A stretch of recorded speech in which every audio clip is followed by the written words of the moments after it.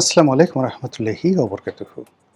সম্মানিত দর্শক, বাংলাদেশের জুলাই আগস্ট বিপ্লব নিয়ে কথা বলবো।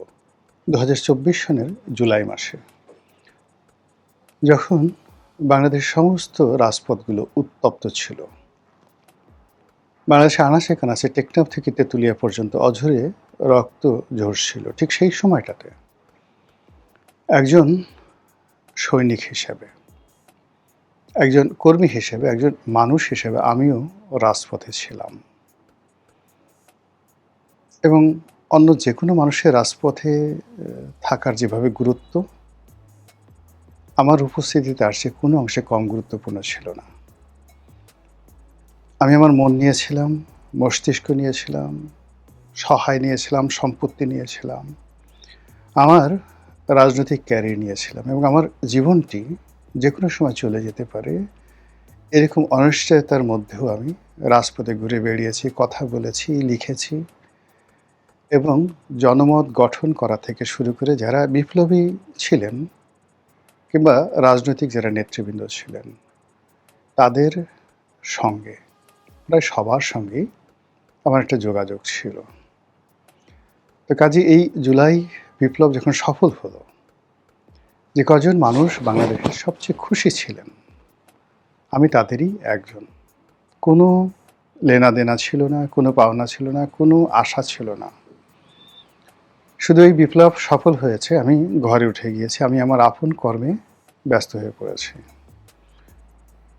অন্তর্বর্তীকালীন সরকারের জমানাতে কোনো দিন কারো কাছে যায়নি, কাউকে একটা টেলিফোন করিনি, কারো একটা ফোন রিসিভও করিনি, কোনো সুপারিশ করিনি কারোর জন্য, নিজের জন্য তো প্রশ্নই আসে না।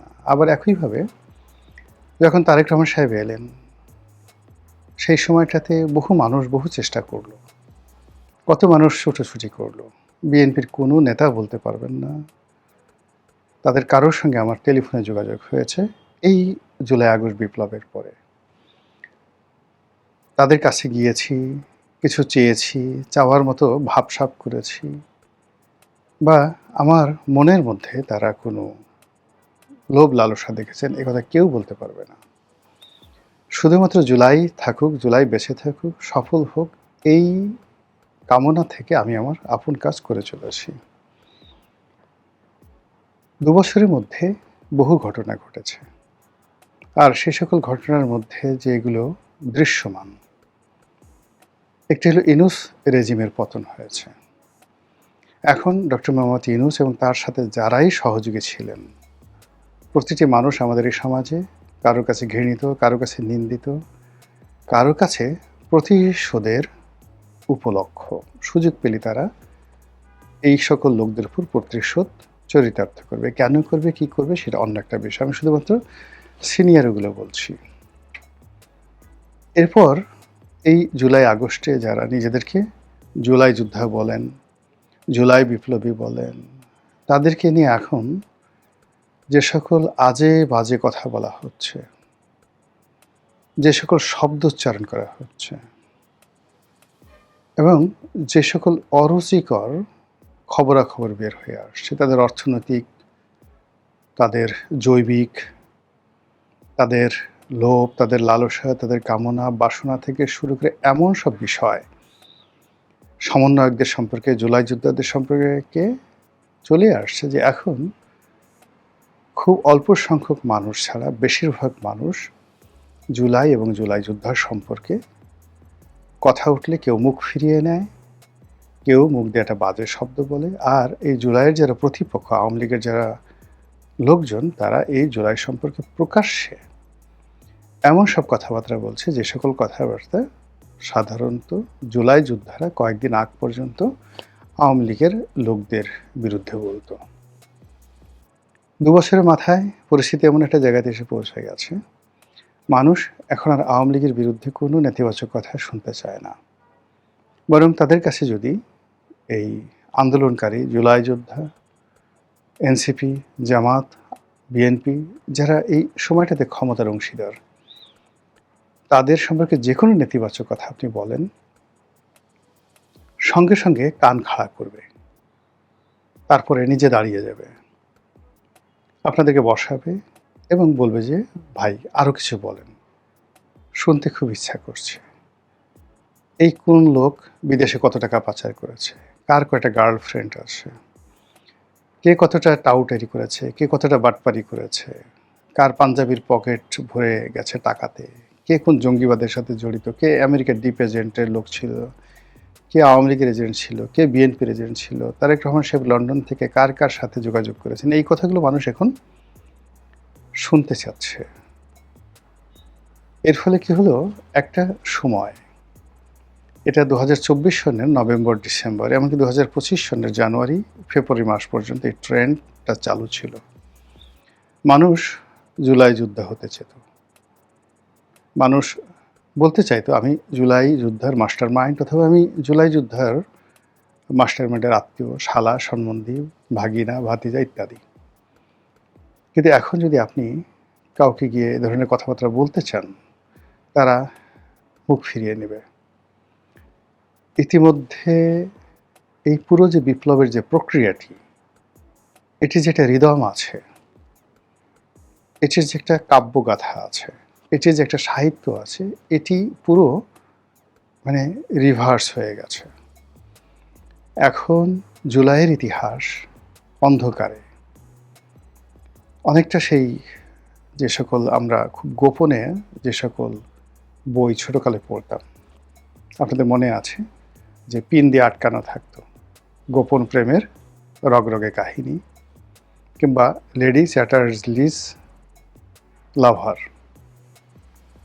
বা অন্যান্য যে সকল যৌন উত্তেজক বই, নিষিদ্ধ রাজনীতির বই, এই জিনিসগুলো সমাজে যেগুলো পাওয়া যেত, আমরা খুব গোপনে গোপনে যে বইগুলো অনেকে পড়তাম বা আপনারা পড়তেন। তো সেই রকম আসলে জুলাইয়ের যে প্রকৃত ইতিহাস, সেই ইতিহাসটা সামনে আনা যাচ্ছে না। এখানে সবাই প্রশ্ন করছে যে এই যে এত বড় একটা বিপ্লব হলো, এটা কি কেবলই মাত্র কোটা বিরোধী আন্দোলন ছিল? এটা কি এই কোটা বিরোধী আন্দোলনের অল্প কয়েকজন যারা নেতৃত্ব ছিলেন, তাদের আহ্বানে সারা বাংলাদেশে যে লক্ষ লক্ষ মানুষ রাস্তায় বের হয়ে এলো, তারা কি এই কোটা পদ্ধতি চালুর জন্য এলো, নাকি শেখ হাসিনার বিরুদ্ধে তাদের যে পুঞ্জীবিত ক্ষোভ এবং বিক্ষোভ ছিল সেটাকে উদ্গীরণ করার জন্য এলো,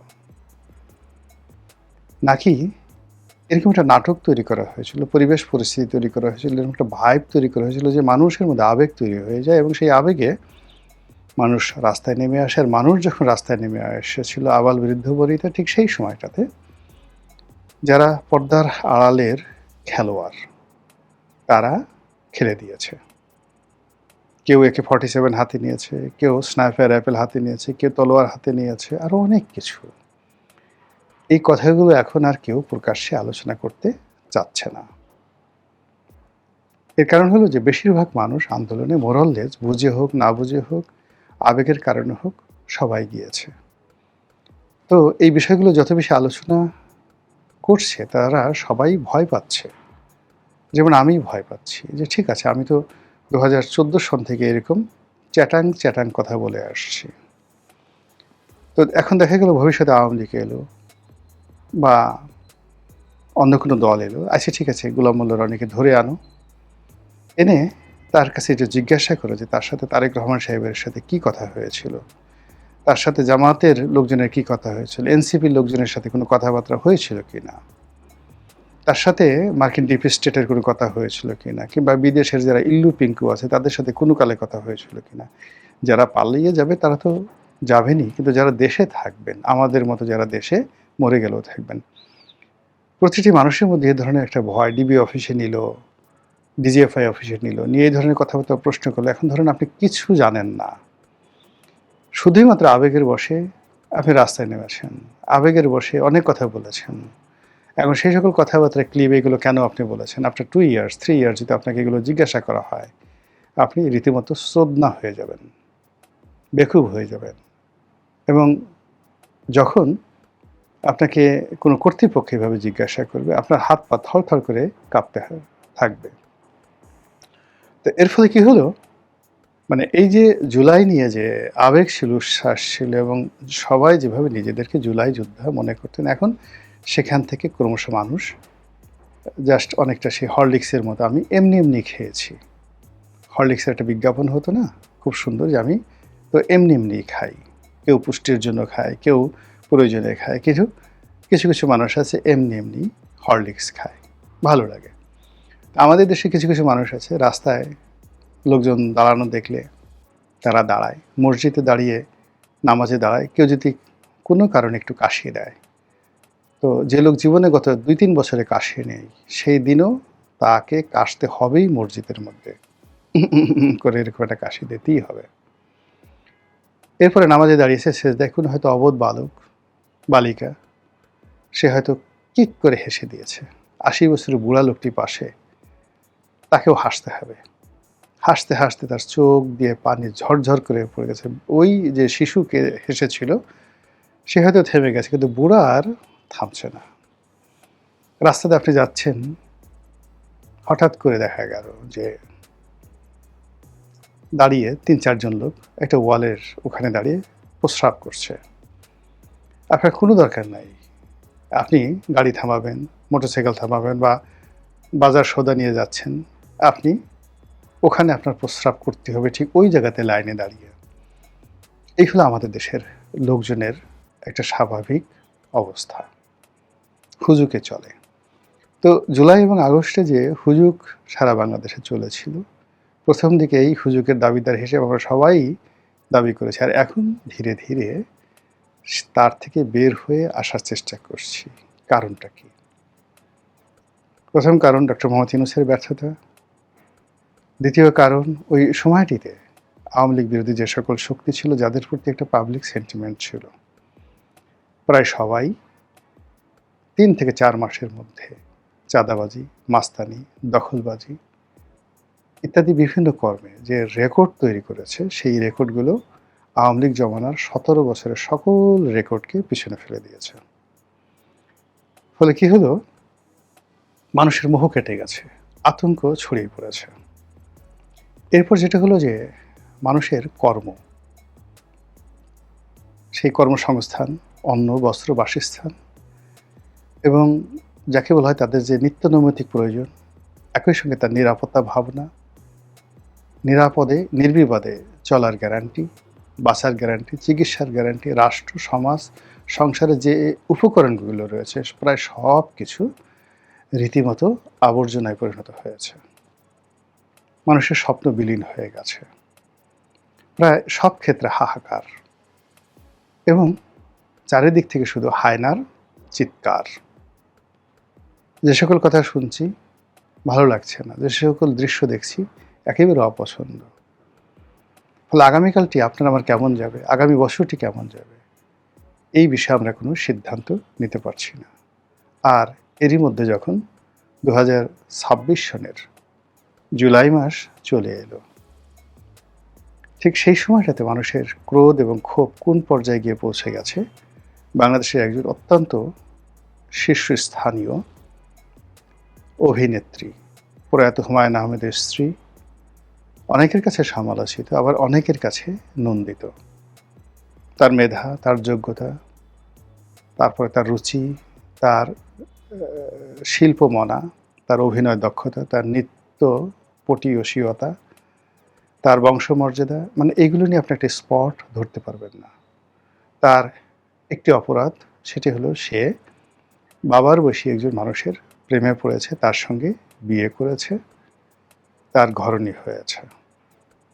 এছাড়া আপনি মেহের আফরোজ শাওনকে যদি তার বাবার পরিচয় মোহাম্মদ আলীকে ধরেন, তার মায়ের পরিচয় তহুরা আলীকে ধরেন, তার নিজের পরিচয় ধরেন, তার ছাত্র জীবন সব কিছু ধরেন, আপনি এই বাংলায় অহরহ তার পাশে দাঁড়ানোর মতো, এরকম দাঁড়ানোর মতো রমণী খুঁজে পাবেন না।